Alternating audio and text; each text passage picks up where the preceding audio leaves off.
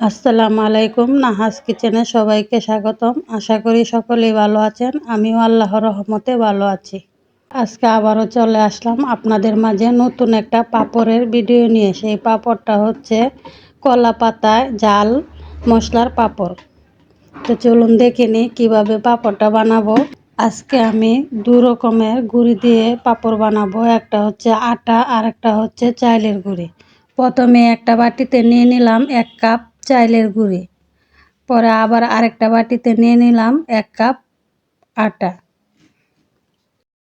এখন দুইটার মধ্যেই দিয়ে দিলাম স্বাদ মতো লবণ, দিয়ে দিলাম পরিমাণ মতো কালো জিরা, দিয়ে দিলাম গোটা গোটা জিরা।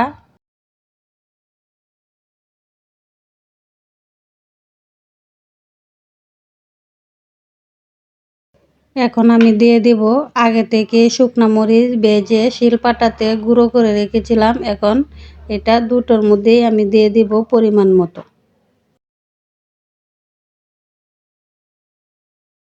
এই তো আমার জাল মশলা দেওয়া হয়ে গেল। এখন আমি ব্যাটারটা তৈরি করে নিব।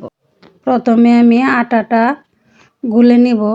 তাই এখানে 1 কাপ আটাতে দিয়ে দিলাম 2 কাপ পানি। এই তো আমার পানি দেওয়া হয়ে গেছে। এখন আমি এভাবে ব্যাটারটা তৈরি করে নিব।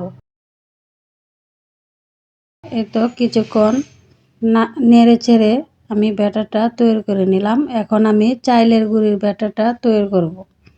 চাইলের গুঁড়ির ব্যাটারটাতে দিয়ে দিলাম 1 কাপ পানি, দিয়ে আবারও এটাকে পানির সাথে মিক্স করব। এই তো আমার চাইলের গুঁড়ির ব্যাটারটাও তৈরি হয়ে গেছে। এখন আমি পাঁপড়গুলা বানিয়ে নিব। কলা পাতাগুলা গাছ থেকে কেটে এনে আমি ধুয়ে মুছে পরিষ্কার করে রেখেছি। এখন আমি এটার মধ্যে দিয়ে দিব 1 চামচ ব্যাটার, দিয়ে এভাবে হাতের সাহায্যে চামচ দিয়ে গোল করে পাঁপড়ের শেপ দিয়ে এখন আমি দিয়ে দিব চুলায়। আগে থেকে একটা তাওয়া বসিয়ে রাখছি, তাওয়াটা গরম হয়ে গেছে। এখন দিয়ে দিলাম কলা পাতার পাঁপড়টা। এই তো কিছুক্ষণের মধ্যে আমার কলা পাতার পাঁপড়টা হয়ে গেছে। এখন আমি নামিয়ে নিলাম। এভাবে আবারও দিয়ে দিলাম আরেকটা। এভাবে আমি একটা একটা করে সবগুলা বানিয়ে নিব। প্রথমে আমি আটার পাঁপড়গুলা বানিয়ে নিচ্ছি। এই কলা পাতার পাঁপড়গুলা বানাইতে খুব বেশি সময় লাগে না।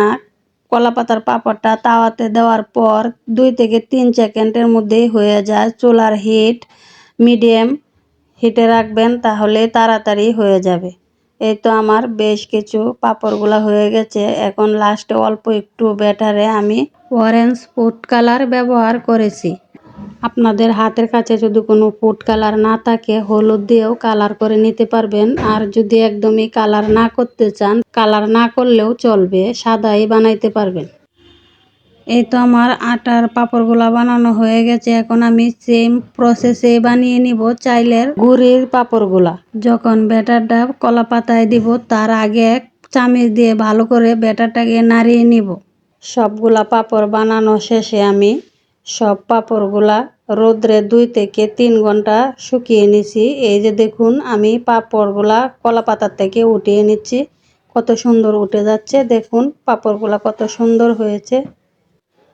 এই তো আমি সবগুলা পাঁপড় কলা পাতার থেকে উঠিয়ে নিয়েছি। দেখুন কত সুন্দর হয়েছে আমার পাঁপড়গুলা, দেখতে খুবই সুন্দর লাগছে। এখন আমি পাঁপড় ভেজে নিব, দেখিয়ে দিব কিভাবে ফুলে যায়।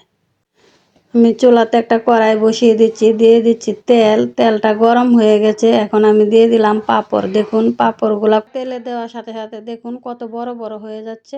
এভাবে আমি অনেকগুলা পাঁপড় ভেজে নিচ্ছি। দেখুন কলা পাতার পাঁপড়গুলা বানাইতেও অনেক সহজ, শুকাইতেও অনেক সহজ, ভাজতেও অনেক সহজ, দেখতেও সুন্দর লাগে।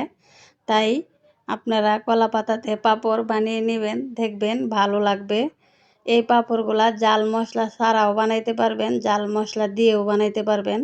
এই কলা পাতার পাঁপড়গুলা আমাদের এলাকায় খুবই জনপ্রিয়। এগুলা আমাদের অনেক অনুষ্ঠানে কাজে লাগে, যেরকম বিয়া শাদিতে, তারপরে মুসলমানি অনুষ্ঠানে, 2 ঈদে এগুলা পাঁপড় আমরা সবসময় ব্যবহার করি কলা পাতার পাঁপড়গুলা। আপনারা পাঁপড়গুলা বানিয়ে দেখবেন, ভালো লাগবে, খেতেও ভালো লাগবে।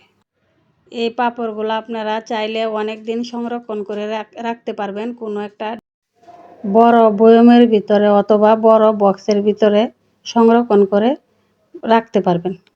আজকের ভিডিও এই পর্যন্তই। আমার ভিডিওটা যদি ভালো লেগে থাকে লাইক, কমেন্ট, শেয়ার করবেন, সাবস্ক্রাইব করতে ভুলবেন না। ভালো থাকবেন, সুস্থ থাকবেন। আল্লাহ হাফেজ।